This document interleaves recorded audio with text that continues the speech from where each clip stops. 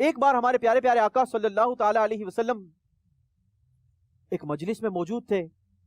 ایک شخص آیا, نبی پاک صلی اللہ تعالی علیہ وسلم کی بارگاہ میں حاضر ہو کر عرض کرنے لگا, یا رسول اللہ صلی اللہ تعالی علیہ وسلم, میرا دل بہت اداس ہے, میرا دل بہت غمگین ہے. یا رسول اللہ, میں اپنے دل و دماغ پر ایک بہت بڑا بوجھ محسوس کرتا ہوں. یا رسول اللہ, میں زمانہ جاہلیت میں ایک بہت بڑا غلط کام کر بیٹھا ہوں. نبی پاک صلی اللہ تعالی علیہ وسلم نے فرمایا, کہو اور اپنے دل کا بوجھ کم کر دو. وہ شخص کہنے لگا, یا رسول اللہ, زمانہ جاہلیت میں ایمان قبول کرنے سے پہلے میرے یہاں بھی ایک بیٹی کی پیدائش ہوئی تھی. میرے یہاں بھی اللہ تبارک و تعالیٰ نے ایک کلی عطا فرمائی تھی. وہ پیاری سی کلی تھی, وہ بڑی خوبصورت کلی تھی. یا رسول اللہ, وہ مجھ سے بڑی محبت کیا کرتی تھی. میں جب بھی اسے کوئی کام کہتا, وہ فوراً سے جا کر کام کر دیا کرتی تھی. مگر یا رسول اللہ, جب وہ کچھ بڑی ہوئی, ایک دن میں نے اس کی ماں کو کہا کہ اسے تیار کر دو, میں اسے کچھ دلانے کے لیے لے جانا چاہتا ہوں. اس کی ماں نے اسے اچھے کپڑے پہنائے, اسے تیار کیا, خوب سجایا, خوب سوارا, اچھے کپڑے پہنا کر جب اس بچی کو میرے ساتھ کیا, اس بچی نے اپنے ننھے ننھے ہاتھوں سے میری انگلی کو تھام لیا. یا رسول اللہ, میں اپنی اس بچی کو لے کر جب باہر نکلا تو وہ اپنی توتلی زبان سے کہنے لگی, بابا جان, مجھے گڑیا دلا دو گے؟ بابا جان, آج آپ مجھے فلاں کھلونا دلا دینا. بابا جان, میرے لیے آج اچھے کپڑے لیں گے.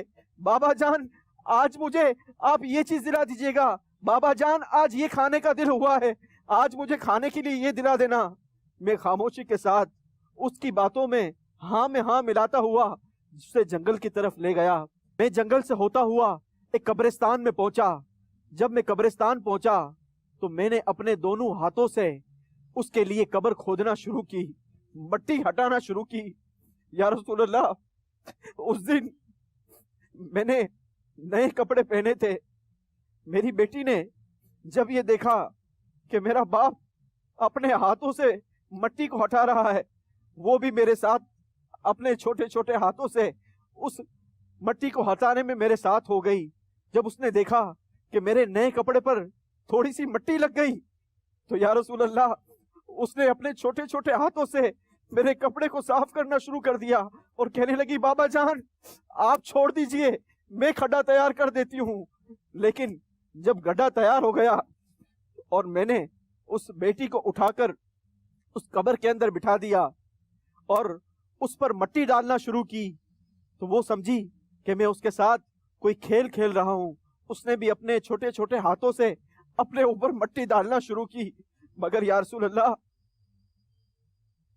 جیسے جیسے مٹی بڑھتی جاتی وہ اور زیادہ ہنستی اور زیادہ مسکراتی. اس کی کسی بات پر میں نے کان نہ دھرا اور میں مسلسل اپنے ہاتھوں سے اس پر مٹی ڈالتا رہا.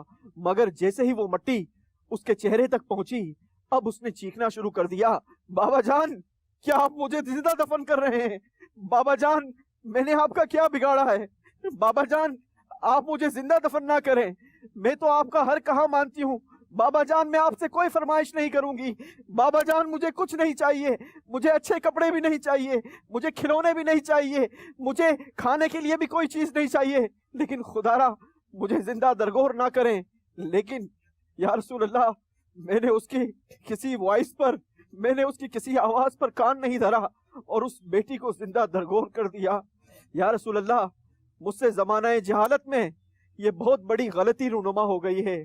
کیا اللہ تبارک و تعالی میری اس غلطی کو معاف فرما دے گا؟ جب نبی پاک صلی اللہ تعالی علیہ وسلم کی بارگاہ میں یہ واقعہ بیان کیا گیا, ہر آنکھ اشبار تھی. خود ہمارے پیارے پیارے آقا مکی مدنی مصطفیٰ صلی اللہ تعالی علیہ وسلم کی مبارک آنکھوں سے زاروں قطار آنسو روا تھے. اتنے آنسو روا تھے کہ نبی پاک کی مبارک داڑھی وہ بھی آنسوؤں سے تر ہو چکی تھی. مگر جب اس فریادی نے نبی پاک کی بارگاہ میں عرض کی کہ یا رسول اللہ, کیا اللہ تبارک و تعالی میری اس خطا کو معاف فرما دے گا, تو نبی پاک صلی اللہ تعالی علیہ وسلم کا دریائے رحمت جوش پر آیا اور نبی پاک صلی اللہ تعالی علیہ وسلم نے اس شخص کو کہا کہ جا اور نئے سرے سے اپنے اعمال شروع کر، اللہ تبارک و تعالی اسلام سے پہلے کی خطاؤں کو معاف فرما دیا کرتا ہے۔ پیاری بچیوں، بالخصوص آج میں اپنی پیاری بیٹیوں سے گفتگو کر رہا ہوں، میری پیاری مدنی منیوں سے گفتگو کر رہا ہوں، میری پیاری بیٹیوں، پیاری بچیوں، آج میں آپ سے مخاطب ہوں۔ مجھے یہ بتائیے کہ ہمیں معاشرے میں عزت کس نے دلوائی؟ ہمارے پیارے آقا نے۔ کس نے دلوائی؟ ہمارے پیارے آقا نے۔ ہماری زندگی کو محفوظ کس نے کیا؟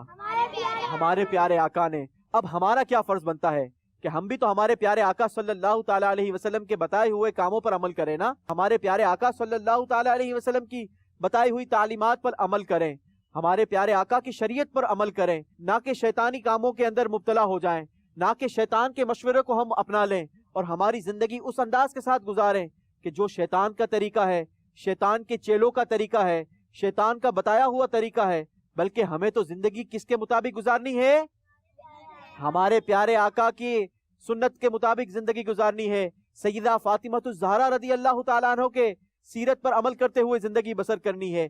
ہمیں تو سیدہ زینب رضی اللہ تعالیٰ عنہ کے سیرت پر عمل کرتے ہوئے زندگی بسر کرنی ہے۔ ہمیں تو نبی پاک صلی اللہ تعالیٰ علیہ وسلم کی ازواج کی بتائی ہوئی سیرت پر عمل کرنا ہے۔